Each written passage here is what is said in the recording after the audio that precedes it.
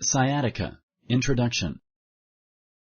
The sciatic nerve runs through the hips and buttocks and down the back of each leg. Select true or false.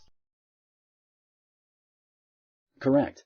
Many of the nerves of the lower spine join together to form the sciatic nerve. The sciatic nerve must be damaged in order to cause sciatica. Select true or false. Correct. Any abnormal pressure put on the sciatic nerve can also cause the pain of sciatica. The sciatic nerve doesn't have to be damaged to cause pain.